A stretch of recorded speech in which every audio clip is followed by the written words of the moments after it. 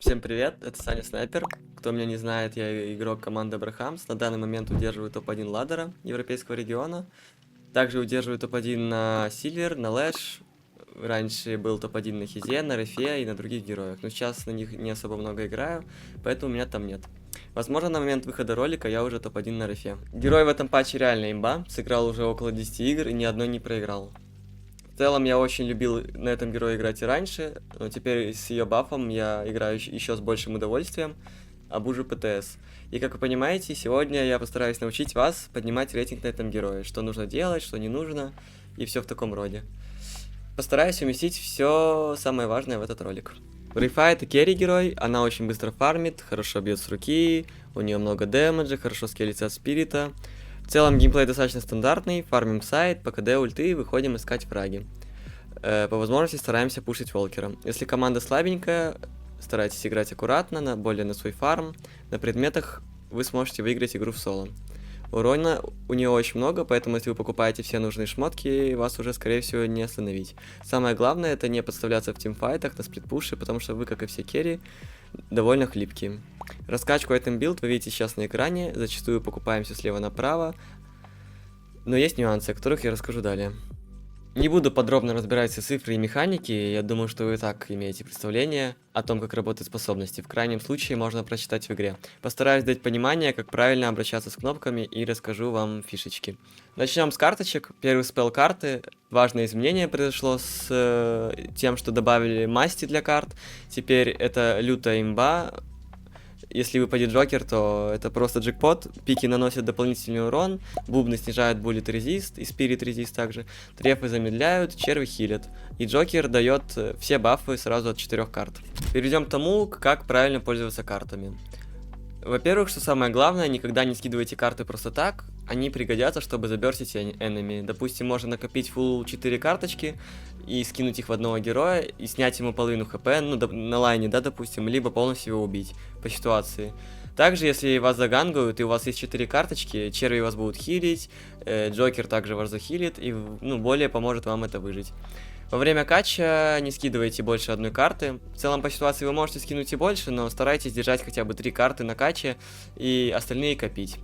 Единственное, что вы можете скидывать на крипах, это черви, чтобы хилиться тоже. Если вы хотите похилиться об крипов, старайтесь задеть нескольких крипов, это захилит вас гораздо сильнее. Насчет того, что мы можем скидывать на лайне, самая худшая карта это трефы.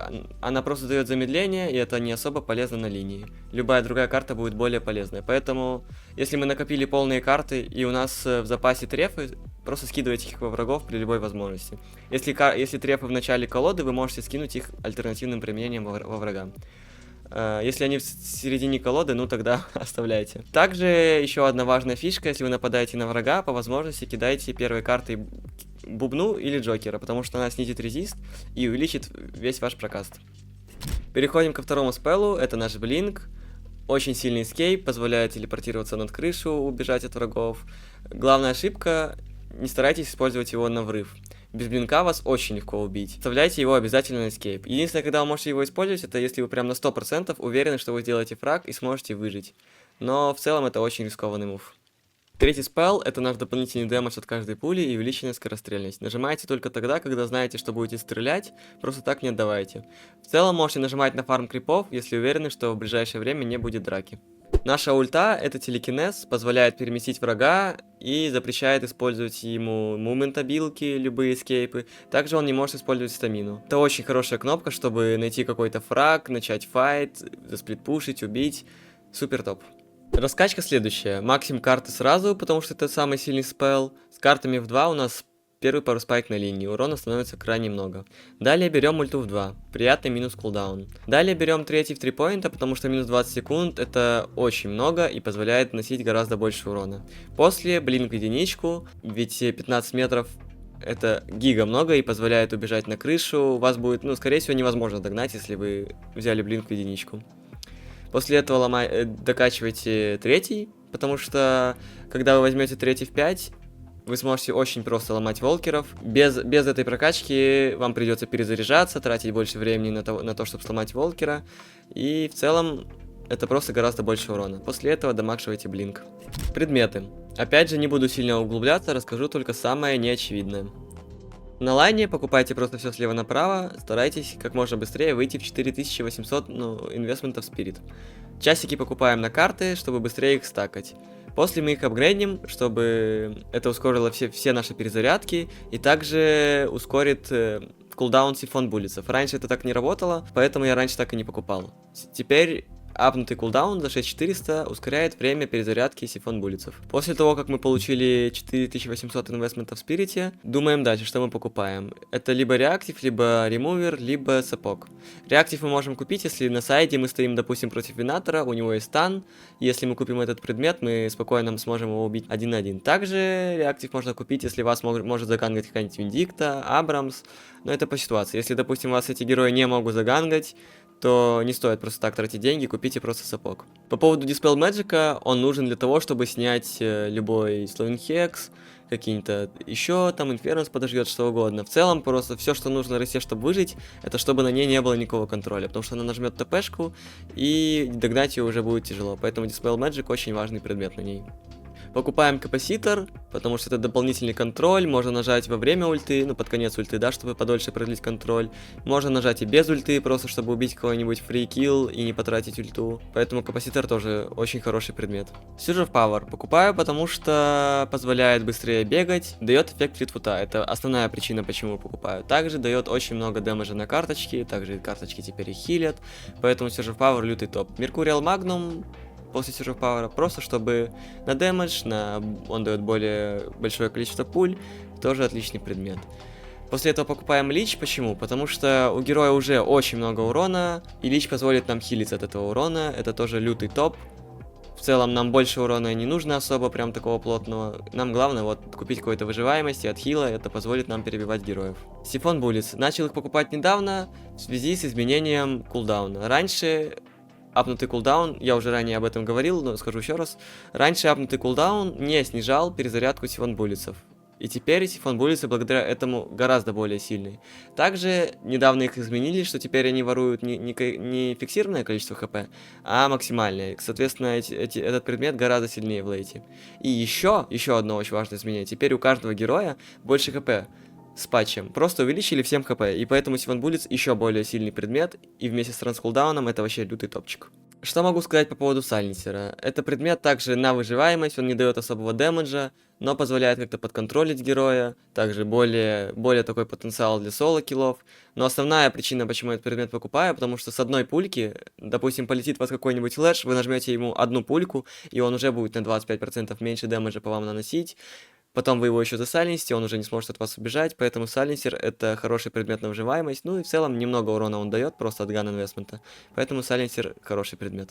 Далее обычно покупаю рикошет, потому что на других героях рикошет работает немного хуже. Благодаря тому, что у Рысы есть третий спелл, который наносит магический дэмэдж от каждой пули, и Mercurial Magnum. И этот дэмэдж, если он отскакивает по другим героям, с рикошетом он не уменьшается. Допустим, если стрелял бы просто любой гановый герой, он бы наносил 65% дэмэджа по другим героям, а на Рысе это практически full дэмэдж проходит, благодаря тому, что это так работает. В целом, рикошет не обязательный предмет, если вам нужен Blood Tribute, допустим, против Макрила, либо у врагов уже есть курсы, дизарминг хексы, можно рикошет не взять и купить Blood Tribute, чтобы на вас висел дизарм, вы могли больше стрелять, чтобы меньше курса, чтобы Крил вас меньше поел. Это очень важно, допустим, Blood Tribute взять вместо рикошета. Потому что он с недавнего патча больше не уменьшает ваше исцеление. А с личом у вас очень много отхила, и раньше это было очень неприятно. Также, в целом, вместо рикошета можно взять чидес. Допустим, против Динамо, я думаю, в основном это касается Динамо, потому что, если вы high net worth на карте, все, что нужно вражескому Динамо сделать, это нажать Black Hole вас в одного, и, скорее всего, какой бы дурачок там не был, он с этим справится. Поэтому чидес тоже неплохой выбор против Динамо, чтобы просто было гораздо проще играть. Крипплинг хедшот. В целом этот предмет тоже можно взять вместо рикошета, ну то есть на момент, когда мы покупаем рикошет, можно купить этот предмет, но это очень редкий случай, скорее всего это только против какого-нибудь Виктора, либо если вы очень сильно проигрываете игру, крипплинг позволит вам, ну допустим, если вы вообще не можете никого убить, рикошет вам особо не поможет врага убить, а крипплинг увеличит ваш дэмэдж прям очень сильно по одному таргету, и это такая неплохая шмотка для камбэка. Особенно против какого-нибудь Виктора можно купить, потому что если он будет вас идти и просто лицом торговать, вы снизите ему хил, снизите резисты. Допустим, с рикошетом будет Виктора тяжело убить, с криплинг хедшотом он вообще рассыпется за секунду. Поэтому тоже в целом можно рассмотреть покупки. В лейте, когда слотов не остается, можно просто вместо тапка взять Spellbreaker, Plated Armor или Blood Tribute по ситуации. По поводу анстафа была, в целом можно купить на какой-нибудь файт на мидбоссе, но это прям единичный случай, очень редко покупаю этот предмет. Так, перейдем к лайну. На лайне у нас в целом все просто, старайтесь просто сильно не агрессировать, особенно если против вас стоит какая-нибудь сильная линия. Основной наш геймплей это просто набивать карточки, бить крипов, если поставляются враги, то стрелять по врагам, потому что так карточки быстрее настакиваются. Но главное это фокусироваться на фарме. Обязательно контролируем маленький кемп и коробки. Маленький кемп спавнится на 2-й минуте, старайтесь его всегда забирать. Через 1,5 минуты он снова спавнится, то есть первый спаун на 2-й, и потом раз в 1,5 минуты старайтесь контролировать и каждый раз его забирать. Это тоже очень важно. Если вы не смогли найти какие-нибудь киллы, либо вас так давят до этого момента, ну то есть начало линии у вас не задалось, то с карточками в 2 в целом можно что-то придумывать. Карточки в 2 это наш очень сильный пауэрспайк, позволяет убивать героев. Стараемся найти момент, чтобы выпустить карточки в одного героя. Если получится выпустить 4 карты в одного героя, то скорее всего вы его убьете. Вне зависимости от того, выиграли вы линию или проиграли, просто бейте крипов, выходите в предметы, по КД ульты старайтесь ее реализовывать. Можете попросить тиммейта подойти к вам, убить героя 2 в 1, либо сами подойдите в какую-то драку. Всегда старайтесь реализовывать ульту по ее кулдауну. В идеале фармить один из сайдов и пушить пачку на волкера, качая попутно лес. Если кто-то дефает волкера в соло, то чаще всего вы сможете этого героя убить, потому что урона очень много. Главное просто попасть пульками и кнопками. В целом, если вы не можете героя убить, то скорее всего у вас будет возможность позвать тиммейта и убить его вдвоем. Самое главное, не нужно АФК качаться. Всегда старайтесь играть от КД ульты, помогать команде, сплитить волкеров. У вас очень сильный герой. И благодаря этому вы можете активно драться уже с дебаф-ремувером. Ну, то есть вы можете драться и до этого, но с дебаф-ремувером вас, скорее всего, не убьют никак.